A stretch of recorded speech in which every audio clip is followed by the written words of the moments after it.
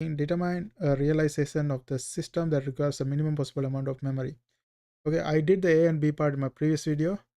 In order to do the C and D part, I need the information of A and B part. So for this one, to draw this one, we need the information of the equation that we derived from part B. In the part B, I derived an equation that is y of n is equal to 7 over 12 y of n minus 1 minus 1 over 12 y of n minus 2 plus x of n minus 1 over 2 x of n minus 1. Okay, this is the equation we need, but it's better if we have y in the one side, x in the other side, so you can clearly see what's happening. I grab this equation, the one above, before I simplify final term. That is this one, and we are doing the C part. Okay, C part is determine the realization of the system that requires the minimum possible amount of memory. So C part, paste this. This is the equation we have, and x is our input, y is our output. So if we draw the diagram, we are going to have x of n in this side, and then y of n in this side, and then we have to see wherever the shift happening. So for the x of n, we have a shift of 1. So if it's minus 1, that's going to be z power minus 1, and the amplitude is half. So the diagram is going to look like this. We are going to have shift that is z power minus 1, and then the amplitude half comes here, and at the end we put a plus sign. Okay,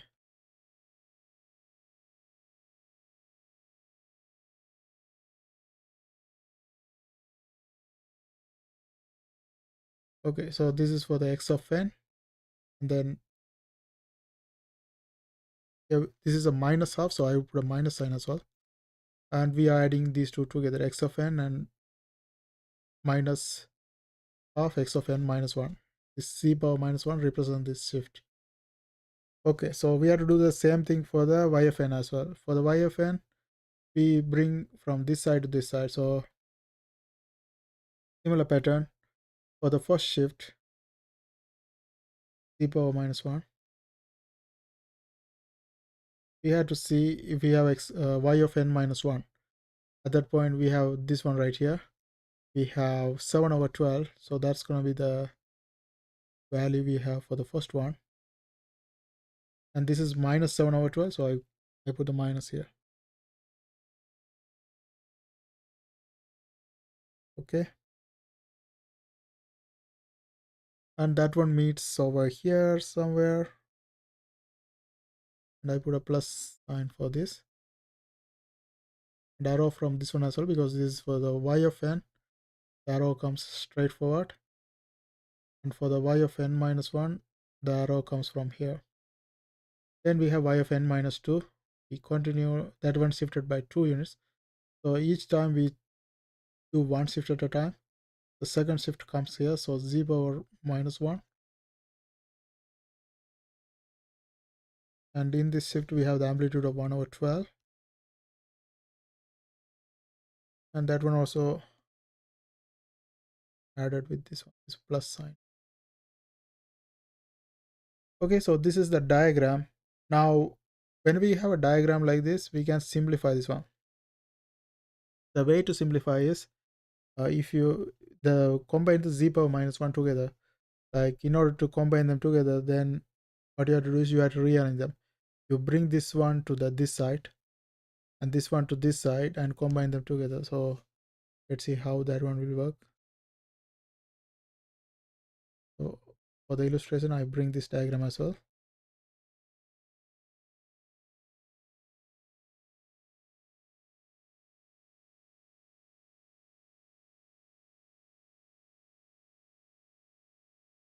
Okay, so this is our diagram. Now what we do is we are going to have the exact same diagram like this, a straight line. And now what I do is I bring this part and put it in this side. To illustrate better, maybe I just cut and paste it here. So you can see what I'm doing here. I put the first part over here, this part, and then I bring this part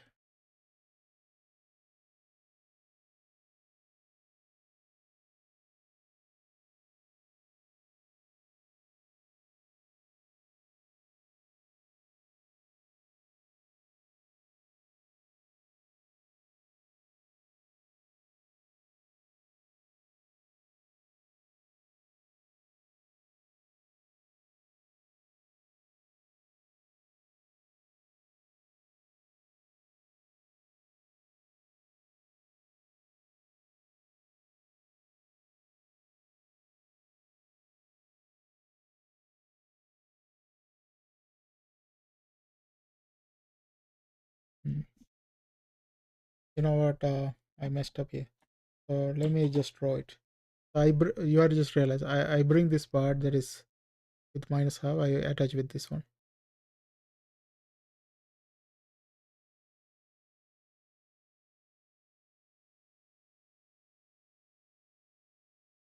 Okay, the arrows, everything follows same thing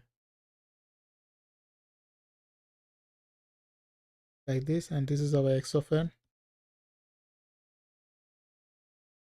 this is our y of n.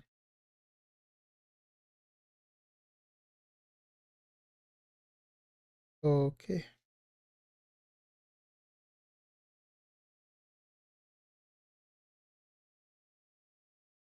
so that's how the combined diagram is gonna look like. So the answer for the key part is that determine a realization of the system that requires the minimum possible amount of memory. That is this one over here. And the next part, B part is asking determine if the system is stable. To find out whether the system is stable, you have to just look at the system equation, which is h of z. And if you look at the h of z, the poles we have is 1 over 3 and 1 over 4. So this is for the C part, and this is the final answer for the C part. And in the D part, we have the poles, which are from the system equation, we can get it. It's 1 over 3 and 1 over 4. And these are less than 1. These less than 1. The poles are less than 1. So this is inside the unit circle. Unit circle. Therefore, we can conclude that this system is stable.